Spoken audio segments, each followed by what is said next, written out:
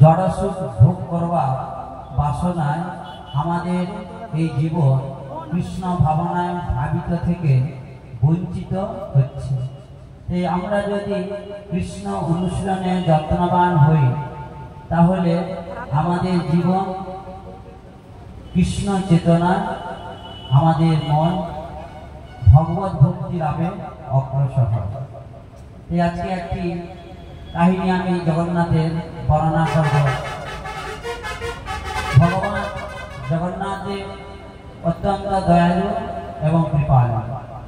চৈতন্য মহাপ্রভু দয়ালু এবং কৃপালু। প্রত্যেক অবতারে ভগবান নিজ নিজ যে লীলা প্রকাশ করেছেন তার মধ্যে জগন্নাথ ভগবানের একটি রূপ। যেই গৌর সেই কৃষ্ণ সেই জগন্নাথ। এই জগন্নাথের এই লীলা একজন পুরী মন্দিরে এসেছে,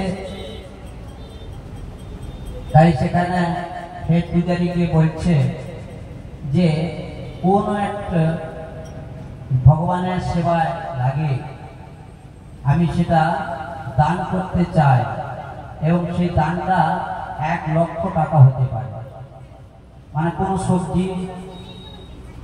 তখন সেই যে হেড তখন সে ভেবে দেখলো যে 1 লক্ষ টাকা কোন সবজি কোনো হওয়া সম্ভব নয়।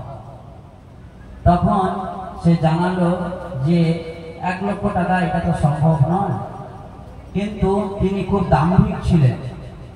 সে যে ব্যবসায়ী তিনি বললেন না, আমি 1 লক্ষ টাকা আমি দান করবো একটি দ্রব্যের জন্য।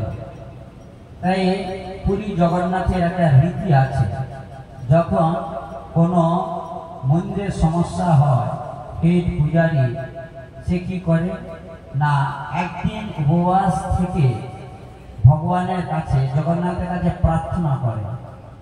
তাই জগন্নাথ সেই প্রার্থনা অনুমোদন করে। তাই সেই ব্যবসায়ীকে তিনি বললেন, ঠিক আছে আমাকে একটা দিন সময় দিন, আমি আপনাকে তার পরের দিন জানাবো। তাই তখন সেই ব্যবসায়ী বলল ঠিক আছে।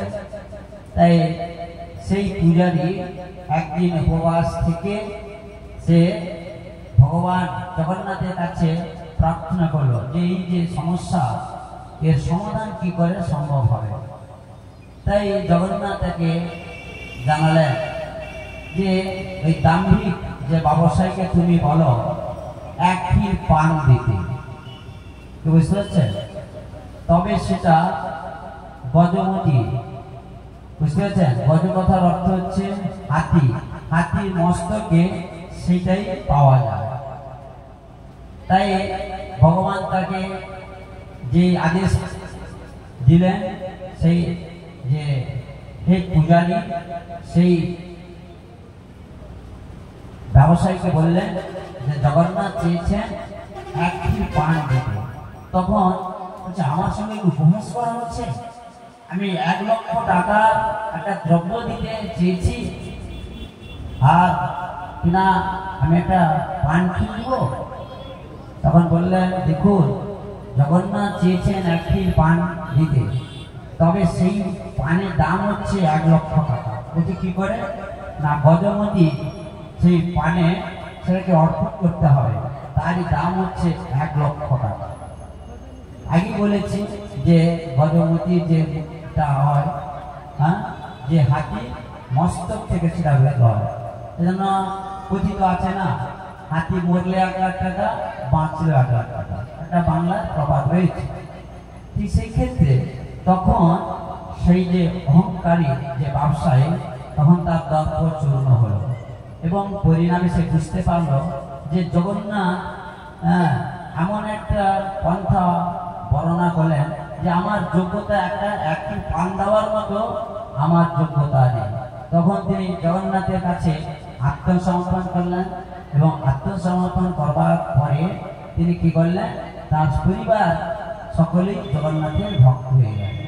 জয় জগন্নাথ কি। তাহলে এইরকম জগন্নাথ অত্যন্ত কৃপালু। এই জন্য আমরা যদি জগন্নাথের সেবা করি তাহলে কি হবে, আমরা সবসময় আনন্দে থাকবো। তার এই আনন্দের মূল উৎসকে, আনন্দের মূল উৎস হচ্ছেন ভগবান শ্রীকৃষ্ণ। সেই জন্য ব্রহ্ম সংহিতাতে বলা হয়েছে ঈশ্বর পরম কৃষ্ণ সচিদানন্দ বিগ্রহ অনাদি রাজি গোবিন্দ সর্ব কারণ কারণ। এই অনাদি রাজি গোবিন্দ যে কৃষ্ণ ভগবান, তার চরণেই যদি আমরা আত্মনিবেদন করি, তাহলে এই জগতের যত সমস্যা, সেই সমস্যাগুলো কি হবে? দূরীভূত হবে। আপনারা সকলেই জানেন কৃষ্ণ দাস এ বিশ্বাস করলে তো আর দুঃখ নাই। দুঃখ আমরা পাচ্ছি কিসের জন্য? কৃষ্ণকে ভুলে।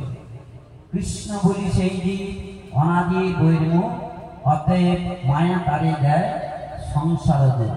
এই সংসার থেকে যদি আমরা মুক্ত হতে চাই, তাহলে সর্বপ্রথমে সাধু গুরু বৈষ্ণবের আনুগত্যে ভজন করা উচিত।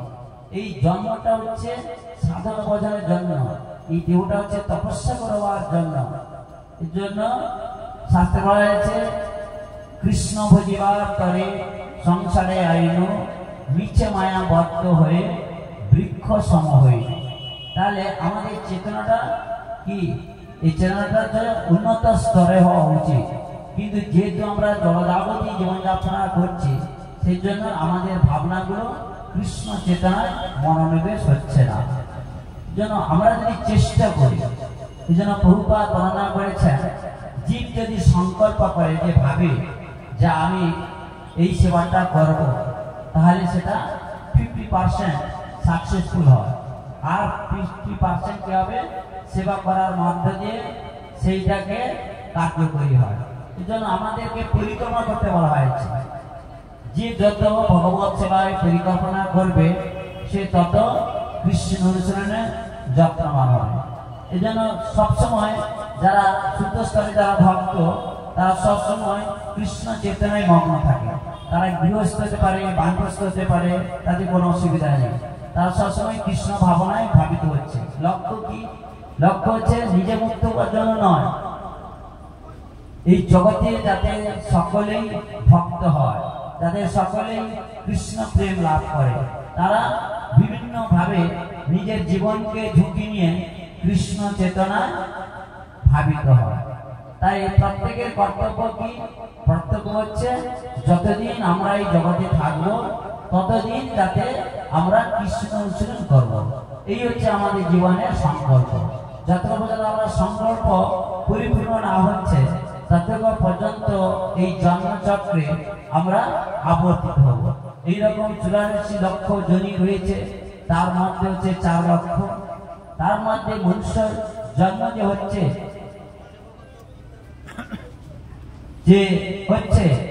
সেই জন্য আমাদের কি করতে হবে? এই 84 লক্ষ যোনি থেকে আমাদের মুক্ত হয়ে ভগবত সেবায় নিজের জীবনকে উৎসর্গ করতে হবে। সর্বপ্রথমে আমাদের একটাই লক্ষ্য, কি করতে হবে? ভগবান এবং গুরু বৈষ্ণবের সেবায় মনোনিবেশ করতে হবে। তাই দুর্লভ যে মনুষ্য জন্ম, সুদুর্লভ যে সাধুসঙ্গ করবার যে সুযোগ পেয়েছি, আপনারা সকলে ভগবত সেবায় নিয়ত থাকুন। আমরা সকলেই কৃষ্ণ ভাবনা ভাবিত হই, যাতে জন্ম জন্মান্তর ধরে যাতে আমরা গুরু বৈষ্ণবের সেবা থেকে বঞ্চিত না হয়।